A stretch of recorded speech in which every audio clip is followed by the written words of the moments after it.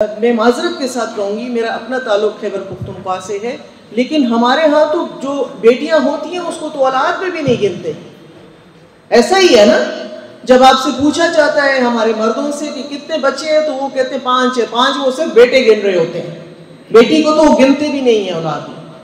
تو یہ پروگرام اس بے نام بیٹی کے نام ہے، اس بے نام عورت کے نام ہے جس کی کوئی شناخت نہیں تھی، اور شناخت اس کو اللہ تعالیٰ نے دی ہے. ہمارے حضور صلی اللہ علیہ وسلم، میری جان ان پہ قربان، انہوں نے دی ہے. جتنا احترام، جتنا پیار وہ اپنی بیٹی سے کرتے ہیں وہ ہم سب نے پڑھا ہے. ہمیں پتہ ہے کہ انہوں بی بی فاطمہ سے کتنا پیار تھا.